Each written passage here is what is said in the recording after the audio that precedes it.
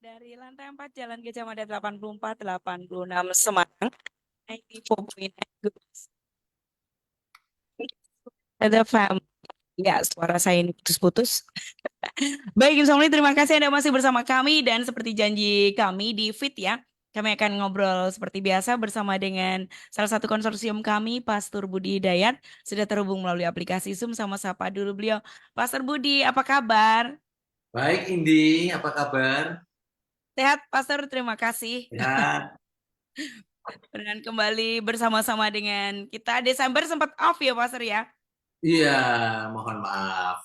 Iya, nggak apa-apa. Tapi siang hari ini kita bakal berbagi bersama dengan Good News Family. Kita punya tema yang em, menarik sih di awal tahun ini ya. Yang pasti, Pastor Budi mungkin boleh sampaikan greeting ke Oke, Good News Family semua. Good News Family. Yang pertama, saya kira belum terlambat untuk kembali menyampaikan selamat Hari Natal dan juga terutama selamat memasuki tahun yang baru, tahun 2024.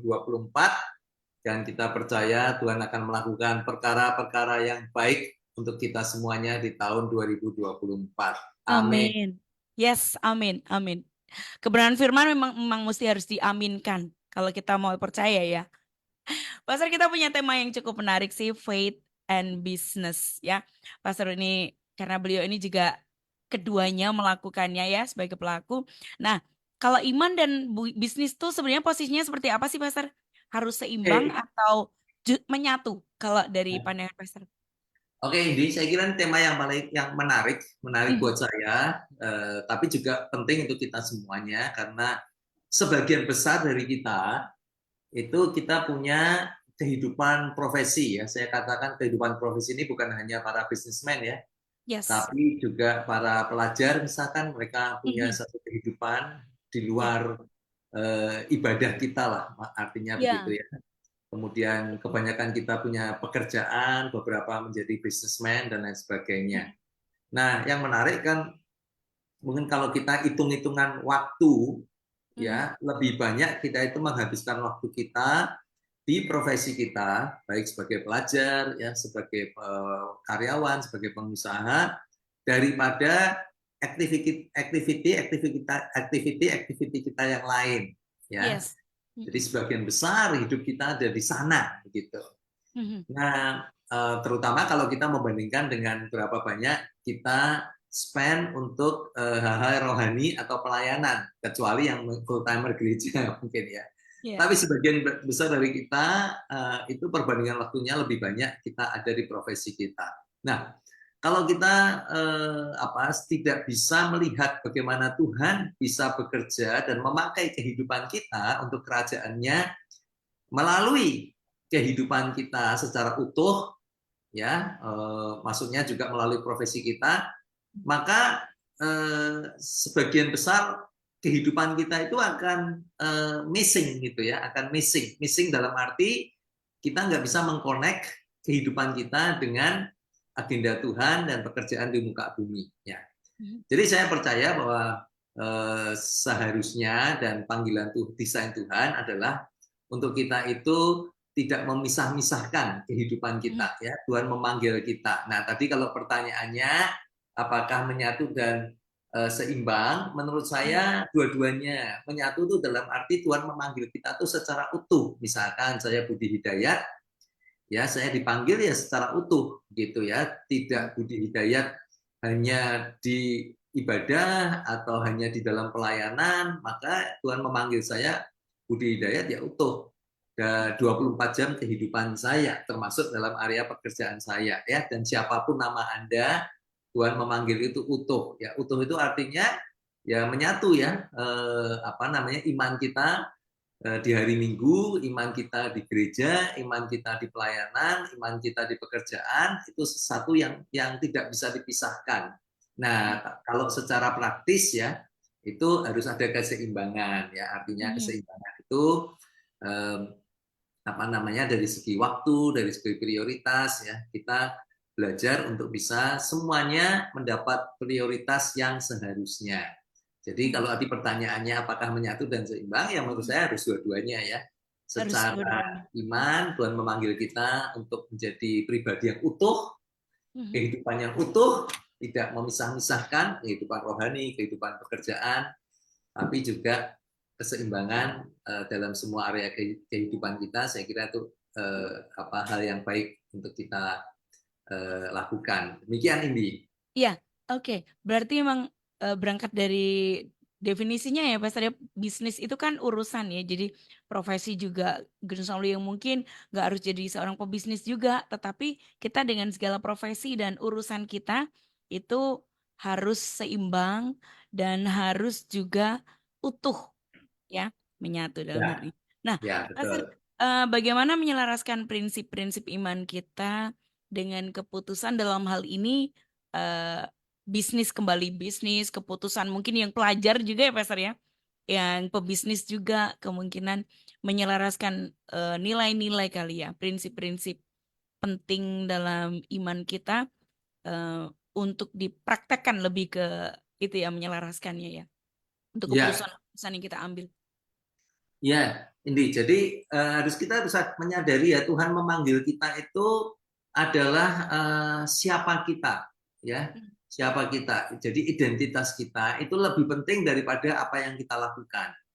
Ya, Nah, jadi harus dimulai dari identitas kita. Artinya apa? Ketika kita menyadari kita dipanggil sebagai anak Tuhan, orang Kristen, pelayan Tuhan, apapun lah panggilan yang kita merasa nyaman, begitu ya. Dan dari situlah kemudian lahir apa yang kita lakukan sebagai anak Tuhan, sebagai orang Kristen, sebagai pelayan Tuhan dan lain sebagainya lahir dari sana ya. Jadi eh, kemudian nah dari situlah kita menyelaraskan apa? Nilai-nilai kehidupan kita dengan apa? Dengan pribadi kita, eh, dengan identitas kita, itu Indi.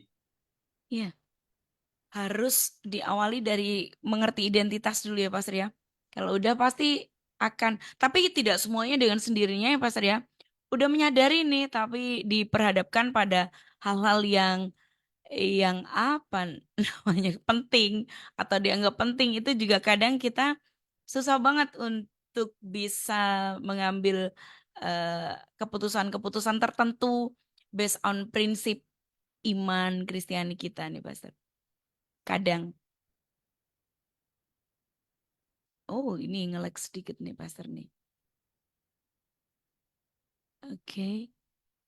Baik nih, Gus Oli, Pastor sepertinya agak nge-lag apa namanya? Internetnya. Jadi Gareth ya, Gus Oli ya.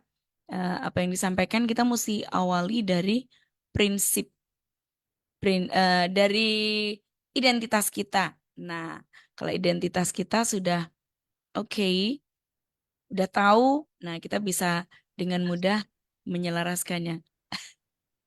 Keputus ya, Pastor. Yes, maaf keputus. Kita Iya, lanjut ya. yes. Itu Master. Jadi apa? Misalnya kadang kita diperhadapkan pada keputusan-keputusan tertentu tidak yang kayaknya auto untuk melakukannya. Which is kita ngerti kalau em, identitas kita adalah, nah udah ngerti tapi kadang kita bisa tiba-tiba saya lupa, tiba-tiba saya lupa menyelaraskan. Ada seperti itu, misalnya seperti itu gimana Pastor? Um, ya, apa namanya? Kalau kita berangkat dari inside out ya, Mm-mm. jadi selalu berangkatnya itu dari dalam. Dalam, Dari yes, dalam itu artinya dari siapa kita, dari identitas kita. Itu akan jauh lebih mudah daripada kita belajar seperti apa ya? Kalau kita kalau inside out itu sebenarnya kita itu hanya menjadi diri kita sendiri. Mhm. Berbeda kalau misalkan ya Indi ada seseorang gitu, terus oh saya ingin meniru Presiden Jokowi. Yang dia tiru adalah caranya dia bicara, yang Mhm. dia tiru caranya berpakaian, yang Iya. dia tiru caranya berjalan, caranya Mhm. berbicara. Presiden Jokowi kan caranya berbicara sangat khas sekali misalkan Ya. ya. Heeh. Tapi dia adalah pribadi yang berbeda dengan Jokowi. Ya itu sangat Ya. sulit. Nah, tapi kalau kita lihat misalkan ya anak-anaknya Presiden Jokowi begitu, Kita kadang-kadang melihat, caranya bicara, caranya jalan mirip sekali begitu. Kenapa Mm, ya? Karena DNA-nya sama. Jadi poin mm, saya, kalau yes. kita itu hanya belajar di luar, ya kita nggak mau memberikan hidup kita mengalami perubahan inside out untuk Mm, menyelaraskan nilai-nilai iman kita dengan menyelaraskan nilai-nilai bisnis kita dengan iman kita akan mm, menjadi struggle setiap hari. Tapi ya. ketika kita berangkat dari dalam, inside out, saya percaya itu akan mudah karena kita nggak perlu menjadi orang lain, kita menjadi diri kita sendiri ya, kita menghidupi diri kita sendiri itu Indi. Yes, yes, got it. Jadi benar Pastor, kalau kita niru tuh mungkin bisa persis ya Pastor ya, cara Mm-mm. ngomongnya, terus oh makannya apa gitu ya, cara berpakaiannya mungkin persis ya, bisa oh caranya cirinya suka begini begini, bisa persis tetapi tidak bisa menyeluruh. Tapi yang disampaikan Pastor tadi, kalau DNA-nya sama, dia tidak menyamanyamakan aja orang bisa kayak oh ini dia nih, kayaknya anaknya kayak gitu Pastor ya. Ya, Karena DNA-nya sama. Ya, hal sekecil apapun bisa di-capture, bisa ditangkap sebagai sesuatu yang sama, mirip karena memang ada DNA-nya. Yes, Gara. Jadi mesti inside out. Ini juga pernah kita bahas. Sebenarnya memang relate sih ya. Segala sesuatu mesti berangkat dari dalam kita. By the way, Pastor, ini untuk spesial buat para pebisnis juga nih, Pastor kayaknya. Em, ada nggak sih keputusan bisnis yang secara spesifik itu diambil berdasarkan nilai-nilai iman kita? Jadi yang secara spesifik eh, harus secara prinsip kayak gitu. yang paling umum orang Hmm, bicara adalah integritas ya. ya, mm, Ya, jadi yang paling umum, paling paling umum gitu ya. ya, Kalau kita bicara soal bagaimana kita itu menyatukan iman kita dengan mm, pekerjaan kita, dengan keputusan dalam bisnis ya. mm, Pada umumnya orang bicara yang pertama soal integritas ya. Saya kira berarti ini kan hal yang paling basic ya, dalam tadi kita ingin menyelaraskan nilai-nilai atau mm, praktek-praktek bisnis kita dengan mm, iman kita ya. mm, Integritas itu sebenarnya apa sih artinya? Artinya keutuhan, utuh.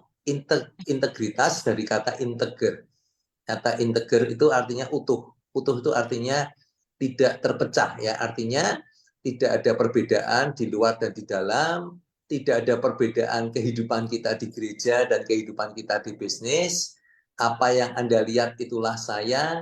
Itu sebenarnya arti kata dari integritas ya. Jadi sekali lagi ya ini yang paling utama Tuhan panggil untuk kita menjadi diri kita sendiri. Kalau bahasanya Alkitab itu kita menjadi surat terbuka di marketplace, orang bisa membaca kehidupan kita dan mereka bisa melihat Kristus ada dalam kehidupan kita ya. ya, Nah, selain itu apalagi saya pernah membagikan juga di sini ya, misalkan tentang compassion ya, belas kasihan. mm, Nah, memang ya kadang-kadang saya menyadari para pebisnis merasa ya bahwa antara belas kasihan dan bisnis adalah dua hal yang nggak bisa disatukan.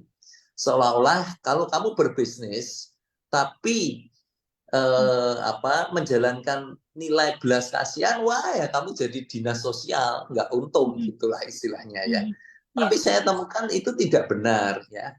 mm, Jadi bagaimanapun belas kasihan, compassion itu ya, itu kan merupakan salah satu nilai kekristenan yang khas khas Kristus gitu ya, khas Kristus, belas kasihan. Banyak kali kita melihat di Alkitab ketika Kristus melihat orang banyak, hatinya tergerak oleh belas kasihan ya. Nah, belas kasihan itu artinya apa? Belas kasihan itu artinya ya kita tidak memanfaatkan orang lain hanya untuk kepentingan kita dengan memeras habis begitu ya, apakah itu karyawan atau supplier dan lain sebagainya ya. Nah, ini diwujudkan dalam bentuk apa ya? Misalkan ya paling utama adalah bagaimana kita memperlakukan eh, karyawan kita ya. Artinya intinya gini, belas kasihan itu adalah kita mempraktekkan kepada semua orang, tapi terutama adalah kepada orang-orang yang lebih lemah daripada kita dalam bisnis ya. Ya. Orang-orang yang bisa kita tekan begitu. Misalkan supplier, kalau posisinya dia lebih lemah kita tekan begitu. Karyawan kalau posisinya lebih lemah kita tekan habis demi keuntungan saya begitu. Nah, ayo kita mulai mempraktekkan belas kasihan. Artinya apa ya? Bagaimana saya bisa menjadi berkat, tidak menekan, tidak memeras ya, tapi justru bagaimana saya bisa membangun kehidupan mereka dan menjadi berkat tanpa ya mengorbankan bisnisnya itu sendiri ya, karena bagaimanapun bisnisnya harus berlaba dan sustainable dalam jangka panjang ya. Apalagi sih banyak ya, kasih misalkan tadi integritas, belas kasihan ya, kasih, hal-hal yang seolah-olah itu hanya bisa kita praktekkan ketika kita ada di dalam pelayanan, ketika kita ada di dalam empat tembok gereja. Tapi ternyata kan tidak benar demikian. Tuhan mau kita menjadi orang yang utuh, orang yang sama ketika kita ada di gereja, orang yang sama ketika kita ada di pelayanan, orang yang sama ketika kita ada di bisnis, kita ada di pekerjaan ya, the same person ya. Artinya apa? Yuk kita mulai bukan hanya memanfaatkan orang, tapi kita mulai memperhatikan dan melayani orang ya melalui profesi dan pekerjaan kita. Saya kira itu yang Kristus mau kita lakukan ya ketika dia mengatakan gembalakanlah domba-dombaku. Itu kan panggilan itu bukan hanya menggembalakan di dalam kelompok small group, komsel, di dalam pelayanan ya, tapi Tuhan memanggil kita menjadi gembala-gembala dimanapun Tuhan menempatkan kita ya. Itu beberapa contoh saya kira hal-hal yang praktis yang bisa kita lakukan di dalam pekerjaan kita, di dalam profesi kita, apapun profesi kita lah, guru, ya politikus, polisi, dokter, apalagi si suster, apalagi pebisnis ya, manajer, direktur, semua sama. Kita punya panggilan yang sama supaya hidup kita menjadi alat Kristus, membawa kasih Kristus ya, membawa belas kasihan Kristus melalui kita menjamah kehidupan orang-orang yang lain. Saya kira ini hal yang sangat-sangat India. Iya, Pastor. Saya jadi Sangat penting itulah ya. Silakan ini. Ya, apa ya, Pastor? Saya jadi diingatkan, Pastor juga bilang kan, kadang tuh kita memisahkan minta puasa, minta pengurapan, kalau pas pelayanan saja. Tapi ternyata saya Ya, ditambahkan lagi pemahamannya sama Pastor nih di siang hari ini. Gembalakanlah itu tidak hanya di lingkup pelayanan, dunia pelayanan dan gereja ya, Pastor. Dimanapun kita ada, kita melakukan prinsip yang sama. Kasih, belas kasihan, dan integritas. Aduh, kayak yang ini nih apa ya, Gun Saulia, saya sangat berharap ini mengingatkan kita ya. Kita tidak bisa mengotak-ngotakkan. Di depan tadi Pastor juga sempat bilang banyak yang memisahkan, berpikir bahwa itu ada hal yang tidak mungkin menyatu. Karena bisnis adalah bisnis. Ada juga yang bilang begitu ya, Pastor ya. Uang, oh uang, banyak. saudara-saudara. Kayak gitu kan, Pastor. Ya, Apalagi ini bisnis. Waduh, ini betul. banyak sekali yang memisahkan. Ternyata ini tidak terpisahkan. Prinsip-prinsip yang krusial yang disampaikan Pastor ini harus kita praktekkan dan implementasikan dan kita hidupi ternyata dimanapun kita ada. Lalu mungkin bukan Betul. seorang pemimpin pun juga bisa melakukan hal yang sama, Pastor ya. Bisa, Mengembalakan. bisa. Karena tadi saya katakan yang kita dipanggil itu kan bukan hanya untuk yang kita bayangkan pebisnis itu artinya business owner, pengusaha, tapi semua dari kita, mulai dari pelajar, mulai dari ya mungkin bahasa yang tepat itu in the marketplace itu ya. Semua orang yang kehidupan kita di luar empat tembok gereja ini loh harus jadi surat yang terbuka. Tentu Tuhan itu punya purpose untuk kita ada di sana supaya kita bisa memuliakan Tuhan juga melalui profesi kita sehari-hari gitu. Iya. Wow, bold. Oke, baik. Berikutnya nih, Pastor. Nah tadi. Nah, ini dia. Menilai kesuksesan, Pastor. Ini juga biasanya jadi apalagi seorang pebisnis, semua siapapun kita yang menjalani profesi, kadang kita kan pernah ada di satu sisi yang kepingin berhenti, kepingin stop, kepingin apa gitu ya. Kalau pastor sendiri menilai keberhasilan atau kesuksesan lebih ke yang besar dulu deh, ke bisnis. Untuk para pebisnis nih biasanya kalau comparing sesuatu kan memang pasti sukses adalah. Kalau dari pastor sendiri, pandangan pastor tentang kesuksesan seperti apa? Ya, tentu kalau kita ngomong bisnis ya, Ya. kesuksesan bisnis itu ya bisnisnya sendiri harus bisa menghasilkan laba sehingga bisa tadi ya hidup jangka panjang. Mm-mm. Tapi kalau sebagai pribadi pebisnis atau siapapun dari kita ya, kembalinya itu sebenarnya kan how much you give, bukan how much you get gitu ya. Berapa banyak yang Anda bisa beri, bukan berapa banyak yang Anda bisa dapatkan begitu. Tentu untuk kita bisa memberi, kita harus bisa mendapatkan dulu. Itu hal yang apa namanya akal sehat lah, common sense ya. Untuk Yes. kita bisa menjadi berkat, ya tentu kita harus diberkati lebih dahulu. Perusahaan kita, usaha kita, pekerjaan kita harus berhasil ya. Misalkan Anda sebagai apa namanya profesional begitu, bagaimana kita bisa memberikan yang baik kepada tempat kita bekerja sehingga kita karirnya naik dan lain sebagainya. Itu hal yang wajar dan memang seharusnya anak-anak Tuhan menjadi kepala dan bukan menjadi ekor. Tapi kesuksesan itu kan nggak hanya dinilai dari berapa banyak yang bisa saya dapat, tapi at the end adalah berapa banyak yang bisa kita berikan dan berapa banyak orang yang kita bisa layani. Karena eh, apa namanya hari-hari ini kan ini saya juga merenungkan apa gunanya kamu memperoleh seluruh dunia tetapi kehilangan nyawamu ya. Artinya kalau kita sebagai anak Tuhan, udah kita yakin kita nggak akan kehilangan keselamatan kita ya. Jadi ayat itu kita bisa bawa, kalau kita nggak kehilangan keselamatan kita, apa sih yang bisa hilang dalam hidup kita? Yang bisa hilang dalam hidup kita sebagai anak Tuhan ya. Misalkan apa? Rasa gini, arti kehidupan, kebergunaan kehidupan kita di muka bumi. Kita yakin lah kalau mati masuk surga itu yakin. Tapi jangan sampai apa namanya kalau kita mati masuk surga tapi dalam kehidupan kita di muka bumi kita itu kehilangan arti kehidupan. Kenapa? Karena kita hanya hidup untuk diri kita sendiri. Jadi saya makin yakin ya bahwa arti kehidupan ya satu kehidupan yang bernilai, satu kehidupan yang berarti hanya bisa kita dapatkan ketika kita melayani orang lain, ketika kita berbagi dengan orang lain. Udah nggak ada yang lain. Ya, tidak peduli Anda punya berapa bagus mobil yang kamu punya, berapa gede perusahaan yang kamu punya, tidak akan pernah membawa rasa puas dalam kehidupan kita. Ya, tidak peduli kamu naik pangkat berapa kali dan lain sebagainya, tidak akan pernah memberi rasa puas. Semuanya itu hanya akan membuat kita merasa ingin lebih lagi yang nggak ada batasnya, ya, dan tidak pernah membawa kepuasan dan yang memberikan nilai arti dalam kehidupan, kecuali ya ketika kita menyadari bahwa hidup itu adalah untuk berbagi, hidup itu adalah untuk melayani orang lain. Itulah yang akan membawa nilai dan kepuasan dalam kehidupan kita, termasuk melalui pekerjaan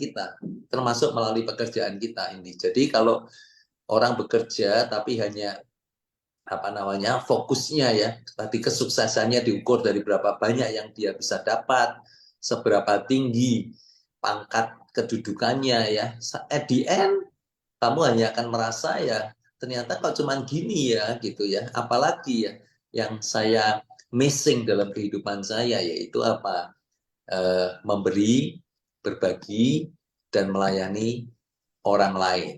Ya, itu saya kira adalah the real success atau bahasa Indonesianya kesuksesan yang sejati. Nah, tentu dunia akan memberikan gambaran-gambaran yang lain ya tentang kesuksesan, diukur dari berapa banyak kekayaannya, berapa gede perusahaannya, dari jabatannya, dari apa kuasa yang di tangannya dan lain sebagainya lah, sebagai ukuran-ukuran dunia ya bisa-bisa saja. Tapi kita menyadari sebagai anak Tuhan, at the end kita menyadari semuanya itu bukan yang sejati. Yang sejati adalah ketika berapa banyak yang kita bisa bagi, ya berapa banyak yang kita bisa beri, dan berapa banyak orang yang kita layani, bahkan dengan profesi dan pekerjaan kita. Yes. Terus saya jadi ingat apa namanya, kayak yang jadilah kehendakmu di bumi seperti di surga. Ini bisa nggak sih pasar kita ngerasain kayak yang surga, surga yang belum kita nikmati keindahannya pasti lebih dari yang kita bayangkan kan? Bisa diturunkan ke bumi apakah ketika kita menikmati hidup yang berarti buat orang lain, Pastor? Sama dengan itu nggak sih kurang lebihnya, Pastor? Ya, mungkin saya nggak tahu sih, belum pernah membayangkan itu ya. Iya, saya juga belum. Tapi Kira-kira Pastor. Tiba-tiba saya diingetin itu aja, kepingin tahu. ya, menarik. Nanti kapan-kapan kita Yes. belajar soal itu ya. Oke. Yes, Pastor. Aduh, siang hari ini tuh nggak nyangka kalau dapat sepadat ini. Oke, Pastor, ini yang terakhir nih pertanyaanku sama Pastor singkat soalnya. Nanti kita belajar yang itu yang tadi ya, Pastor ya, menurunkan surga di bumi. Berikutnya nih, Pastor. Sebagai pesan semangat dan closing statement mungkin ya, Pastor bersedia sharing resolusi karena biasanya kalau kita ngawalin awal tahun kan dengan resolusi, Pastor ya, resolusi pribadi yang bersifat prinsip-prinsip penting yang Pastor terapkan buat pelaku bisnis ya, yang beberapa hari yang akan datang nih, Pastor ya, pasti akan ada kemungkinan besar melewati dan berhadapan dengan berbagai tantangan perubahan, entahkah itu berupa kebijakan, peraturan, dan sebagainya. Kemudian Pastor bisa memberikan satu keteguhan hati bagaimana tetap harus on the track. Mungkin Pastor bisa sharing resolusi pribadi. Saya tadi bilangnya. Silakan Pastor. Kebetulan memang awal tahun ini gereja kami itu masuk ke kitab Yosua. Jadi kitab Yosua itu di mana dikatakan eranya Musa selesai, lalu Tuhan berkata kepada Yosua, Yosua seberangi sungai Yordan ya, untuk kamu masuk ke tanah perjanjian. Tanah perjanjian berbicara destiny yang Tuhan sediakan buat kita. Jadi resolusi untuk kita masing-masing ya, termasuk buat saya adalah yuk kita mulai bertanya ya, artinya bertanya kepada Tuhan, maksud saya, Tuhan apa sih yang menjadi destiny Tuhan buat hidup saya? Instead of kita hanya bertanya apa yang saya mau, ya, membuat perencanaan 5 tahun ke depan, 10 tahun ke depan, saya mau begini, saya mau begitu, boleh nggak? Boleh, dan itu baik, ya. Tapi bertanya apa yang Tuhan mau, saya kira itu jauh lebih baik, ya. Kalau tadi dikatakan datanglah kerajaanmu, jadilah kehendakmu, benar nggak kita mengatakan Tuhan jadilah kehendakmu? Atau kita sering memaksakan kehendak kita kepada Tuhan, ya, saya maunya gini Tuhan, saya maunya 5 tahun lagi bisa jadi ini, Tuhan tolong, Tuhan berkati kemauan saya ini supaya jadi Tuhan. Instead of kita bertanya Tuhan apa kehendakmu dalam kehidupanku, ya, saya kira itu resolusi yang pertama. Lalu yang kedua, melalui di Yosua itu, Yosua teguhkanlah dan kuatkanlah hatimu. Ya, saya kira ini juga di awal tahun 2024 pesan buat kita semuanya ya, untuk percaya bahwa sebagaimana Tuhan menyertai Musa, demikianlah Tuhan akan menyertai Yosua, dan demikianlah Tuhan akan menyertai kita semuanya di tahun 2024 ya. Teguhkanlah dan kuatkanlah hatimu sebagaimana Tuhan menyertai Musa, ya, Tuhan akan menyertai kehidupan kita sepanjang 2024. Kita tahu tahun ini tahun politik, kita tahu tahun ini penuh tantangan secara makroekonomi ya, geopolitik dunia gonjang-ganjing. Tapi satu hal yang kita percaya ya, penyertaan Tuhan itu tidak pernah meninggalkan kehidupan kita ya. Artinya apa ya? Ayo, Tuhan mengatakan Yosua di depan itu tanah perjanjian, tapi bukan berarti kemudian karpet merah ya. Yang terjadi adalah ada 31 raja dan 7 major battle ya, 31 raja dan 7 peperangan besar yang harus dialami oleh Yosua dan bangsa Israel untuk mereka bisa masuk ke destiny yang Tuhan sudah sediakan. Jadi ya keinginan kita ini untuk Tuhan, aku benar-benar ingin hidup dalam destiny Tuhan. Walaupun untuk itu ya bukan hal yang mudah gitu, bukan berarti kalau kita mengatakan Tuhan aku mau, langsung Tuhan mengatakan hore karpet merah gitu. Pada kenyataannya kita akan menghadapi banyak tantangan dan peperangan dalam kehidupan kita. Tapi ya justru itulah, yuk kita kuatkan dan teguhkanlah, jangan goyah ya. Sekali kita mengatakan Tuhan aku mau your kingdom come, your will be done in my life, teguh ya, nggak goyah menghadapi tantangan demi tantangan, teguh dalam kehidupan kita. Saya kira itu pesan dan resolusi kita di awal tahun 2024 dan percaya bahwa Tuhan menyertai kita sepanjang tahun ini, Indi. Pastor, thank you banget. Saya bersyukur juga. Saya ikut juga nih fastingnya Pastor. Denger. Mantap. Puji Tuhan masih jalan dan banyak keuntungan yang saya dapat secara pribadi. Pastor, thank you banget buat kesempatannya di Sama-sama, Indi. sini. Tuhan Insya Allah ya. memberkati. Ya, kami berharap boleh menjadi sesuatu yang bermanfaat dan meneguhkan Anda. Soalnya kami harus mengakhiri program kesayangan Anda. Saya Indi dan juga Pastor Budi untuk Good News FM. Bisa Good for you at 94.9 Good News FM. Good News for the family. God bless. Thank you, Pastor.